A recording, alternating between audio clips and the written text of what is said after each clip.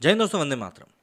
देखिए, आज से कुछ एक साल बाद जब बच्चन पांडे को लेकर बात होगी, भैया बच्चन पांडे 2022 में रिलीज़ हुई थी और वो बॉक्स ऑफिस पर अच्छा प्रदर्शन नहीं कर पाई थी, तब शायद ही कोई कश्मीर फाइल्स की बात करे। क्योंकि जब भी हम लोग एक मूवी की बात करते हैं तो हम मूवी के इंडिविजुअल उसमें बात करते हैं, ये नहीं देखते कि उस समय पर उस मूवी के साथ कौन सी और मूवी रिलीज़ हुई थी। क्योंकि बच्चन पांडे का जो बॉक्स ऑफिस कलेक्शन सामने आ रहा है, अगर कश्मीर फाइल्स नहीं होती तो शायद इससे थोड़ा बहुत तो बेहतर होता ही। और जो दिन प्रतिदिन वो नीचे की तरफ जाता जा रहा है, वैसा भी शायद नहीं होता, क्योंकि कश्मीर फाइल्स का ऊपर की तरफ ही जाता जा रहा है। अब यहाँ पर देखिए, राधे श्याम का जो होना था हो गया, बच्चन पांडे का जो होना था हो गया। अब यहाँ पर जो चिंता का विषय है वो है आरआरआर के लिए। देखिए, अब आरआरआर भी एक कमर्शियल मूवी ही है, कोई सामाजिक मुद्दे को तो दिखाती हुई है नहीं।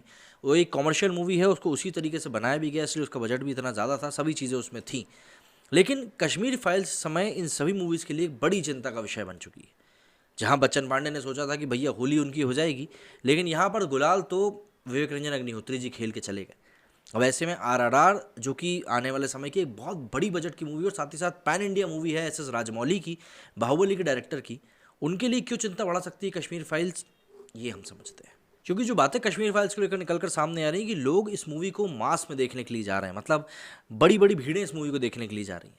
हम लोग भी 22 मार्च को ये मूवी दिखा रहे हैं भोपाल के एक थिएटर में, जहाँ पर कि अधिक से अधिक लोग आने वाले हैं। तो ऐसे में कई सारे संगठन भी यही काम कर रहे हैं, सिर्फ इसीलिए कि भारत के इतिहास के इस काले अध्याय को अधिक से अधिक लोगों तक पहुँचाया जा सके।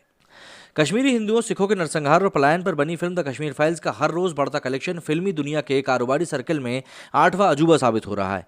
फिल्म दूसरे वीकेंड में ही 170 करोड़ रुपए के बेंचमार्क को पार कर चुकी है। बॉक्स ऑफिस पर महज 3.55 करोड़ से शुरुआत करने वाली फिल्म के अब तक के कारोबारी आंकड़े कई मायनों में खास नजर आते हैं। कोरोना महामारी के बाद से हालात में अब तक कोई फिल्म इस तरह का कमाती हुई नहीं दिखी है। वहीं कोविड से पहले भी कोई फिल्म दिन ब दिन द कश्मीर फाइल्स की तरह रफ्तार से भागती नजर नहीं आई, वो भी ऐसी फिल्म जो कि मसालेदार मनोरंजन का वादा नहीं करती। निश्चित ही द कश्मीर फाइल्स लोगों के लिए एक भावुक और राजनीतिक फिल्म बन चुकी है। इससे पहले भावनाओं का ऐसा ज्वार बॉलीवुड की 3 फिल्मों के जरिए देखने को मिला था। वो थी जय संतोषी माँ, बॉर्डर और गदर एक प्रेम कथा। ये तीनों बॉलीवुड के इतिहास की ब्लॉकबस्टर फिल्में हैं। हालांकि तीनों फिल्मों के पीछे जिन भावनाओं ने काम किया वो धार्मिक या फिर राष्ट्रवादी भावनाएं थी, लेकिन द कश्मीर फाइल्स की तरह राजनीतिक तो नहीं कहा जा सकता। दर्शकों के लिए तीनों फिल्मों को देखने का मकसद भी असल में मनोरंजन ज़्यादा था, जबकि द कश्मीर फाइल्स देखने वाले दर्शकों का मकसद मनोरंजन तो बिल्कुल भी नज़र नहीं आता। विवेक रंजन अग्निहोत्री की फिल्म को दर्शक एक ऐसे आंदोलन के रूप में ले रहे हैं जिसका मकसद किसी भी रूप से ज़्यादा दर्शकों को दिखाना है। इसके लिए लोग दूसरों को टिकट फाइनेंस तक करा रहे हैं। कई कारोबारी द कश्मीर फाइल्स के टिकट के बदले भारी भरकम गिफ्ट दे रहे हैं और तमाम दर्शक भी सिनेमाघर जाकर फिल्म देखने के लिए टिकट उसी तरह खरीद रहे हैं जैसे किसी बड़े अभियान में आर्थिक सहयोग करने के लिए करते हैं। गुजरात में तो ऐसी खबरें भी सामने आई कि द कश्मीर फाइल्स के लिए कुछ निर्माताओं ने अपना सिनेमा स्क्रीन से अपनी सिनेमा तक उतार ली। दर्शकों की भावनाएं आतंकवाद की विभीषिका झेलने वालों से जुड़ रही हैं। फिल्म का टिकट खरीदकर दर्शक तमाम चीज़ों पर अपना गुस्सा भी जाहिर कर रहे हैं। किसी ने फिल्म के बॉक्स ऑफिस को लेकर कहा भी था कि इसकी कमाई में भारतीयों का गिल्ट नजर आता है। कमाई असल में उसी गिल्ट और गुस्से का नतीजा है जो हाल फिलहाल कम होता दिखाई नहीं दे रहा। लोगों के गिल्ट और उनके अंशदान की भावना को समझना काफ़ी मुश्किल नहीं है। असल में फिल्म की पायरेटेड कॉपी रिलीज के बाद से ही लोगों तक पहुंच रही है। बावजूद इसके लोग कश्मीरी विक्टिम के दुख के साथ में खड़े होने के लिए सिनेमाघरों में जाकर फिल्म देख रहे हैं। ऐसे लोगों की भरमार है जो सालों से सिनेमाघर नहीं पहुंचे मगर द कश्मीर फाइल्स को वहां जाकर देख रहे हैं। फिल्म की कमाई लोगों के उस गिल्ट का नतीजा है जिसे निश्चित ही राजनीतिक वजहों ने बड़ी आवाज़ दी है। भाजपा शासित राज्यों में फिल्म का टैक्स फ्री किया जाना और प्रधानमंत्री नरेंद्र मोदी, गृह मंत्री अमित शाह जैसे बड़े बड़े भाजपा नेताओं का फिल्म के पक्ष में बात करना भी इसी जन आंदोलन की शक्ल देने में कामयाब रहा है। यहाँ तक कि कश्मीरी पंडितों के पक्ष में भाजपा विरोधी दल, खासकर कि कांग्रेस के कुछ नेताओं के बयान ने भी सकारात्मक माहौल ही बनाया है। जाहिर सी बात है, जिस फिल्म का टिकट अंशदान यानी कि चंदे के रूप में खरीदा जा रहा हो, भला उसे अक्षय कुमार की बच्चन पांडे या कोई और फिल्म क्या ही टक्कर दे पाती। द कश्मीर फाइल्स की अब तक की यात्रा में फिल्म की कमाई सिर्फ एक दिन नीचे जाती दिखी है। बच्चन पांडे की रिलीज से ठीक एक दिन पहले एक बारगी लगा था कि बच्चन पांडे शायद द कश्मीर फाइल्स पर भारी पड़े, लेकिन अक्षय की फिल्म के आने के दिन से ही द कश्मीर फाइल्स का कलेक्शन और आगे निकलता दिख रहा है। होली पर आधे दिन की कमाई से अक्षय का मुकाबला करते दिखी थी। उनकी फिल्म ने 13 करोड़ रुपए ज़्यादा कमाई करी थी, मगर दूसरे और तीसरे दिन तक कश्मीर फाइल्स बच्चन पांडे पर पूरी तरह हावी हो चुकी थी। शनिवार और रविवार को अक्षय की फिल्म ने महज 12-12 करोड़ रुपए कमाई करी। ओपनिंग डे के आधार पर कमाई को बहुत कम माना जा रहा है। बच्चन पांडे ने वीकेंड पर कुल 37 करोड़ रुपए कमाए, जिसे खराब तो नहीं माना जा सकता, लेकिन आंकड़े घरेलू टिकट खिड़की के हैं।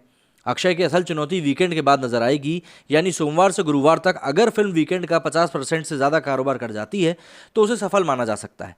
हालांकि बच्चन पांडे को दूसरे हफ्ते में सबसे बड़ी अग्नि परीक्षा से गुजरना होगा, क्योंकि तब उसके सामने एक और बड़ी टिकट खिड़की पर मूवी नजर आएगी, वो है एस राजमौली की RRR। अब देखिए 25 मार्च को RRR रिलीज हो रही है। द कश्मीर फाइल्स ने भारी डिमांड की वजह से ज़्यादातर स्क्रीन पर कब्जा करके रखा है। ये फिल्म पहले दिन दुनिया भर में मात्र 630 स्क्रीन पर लगी थी, लेकिन दूसरे हफ्ते में ये करीब अब 4000 स्क्रीन पर दिखाई जा रही है। बच्चन पांडे को कम स्क्रीन मिले, अगले हफ्ते बॉक्स ऑफिस के सीन में RRR के आ जाने के बाद ये और भी ज़्यादा मुश्किल होगा। द कश्मीर फाइल्स की रफ्तार को देखते हुए कम से कम इतना तो कहा ही जा सकता है कि हिंदी बेल्ट में RRR को मनमाफिक स्क्रीन्स नहीं मिलेंगे, जिसकी उसको उम्मीद थी। और ये उम्मीद भी कम है कि विवेक रंजन अग्निहोत्री की फिल्म के स्क्रीन्स कम होंगे, यानी बच्चन पांडे को बहुत मुश्किल से गुजरना होगा। RRR के लिए सबसे अच्छी बात यह है कि वो पैन इंडिया रिलीज है। पीरियड ड्रामा का सब्जेक्ट भी राष्ट्रवादी भावना से ओतप्रोत है। मेकर्स के लिए राहत की बात यह है कि साउथ में RRR को लेकर जो बज़ बनेगा वो उत्तर में भी क्लिक करे। ऐसी कंडीशन भी बच्चन पांडे के लिए नुकसानदेह ही है।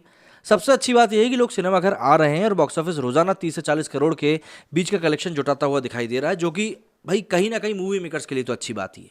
लेकिन जो एक पूरी जो फीलिंग, जो एक भावना, जो एक इमोशन जो एक कश्मीर फाइल्स को लेकर बन रहा है, वो लिटरली यही है कि जो चीज़ें, जो सच अभी तक लोगों ने माना नहीं था, जाना नहीं था, देखा नहीं था, या यूँ कह लें कि उनसे छुपाया गया था, कहीं ना कहीं अब जब वो लोगों के सामने एकदम बिना कपड़ों के आके खड़ा हो गया है तो लोग उसको इग्नोर नहीं करना चाह रहे हैं। इसीलिए जो कहा जा रहा है कि कहीं ना कहीं जो टिकट खिड़की के ऊपर लोग टिकटें खरीद रहे हैं, वो कहीं ना कहीं उनका गिल्ट के कारण भी है। वो इसीलिए है कि जो ड्यू उनको देना था राष्ट्र के प्रति, कश्मीरी हिंदुओं के प्रति, वो उन्होंने शायद अभी तक चुकाया नहीं था।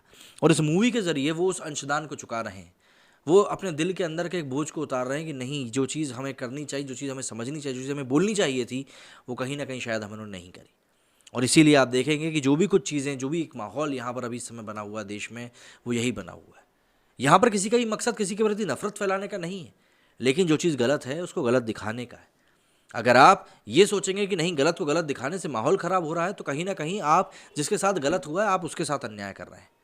और फिर बात वही आ जाती है कि अन्याय के खिलाफ अगर आप बोल नहीं रहे हैं, चुप खड़े हैं, तो भी तो एक वो एक गलत ही काम होता है।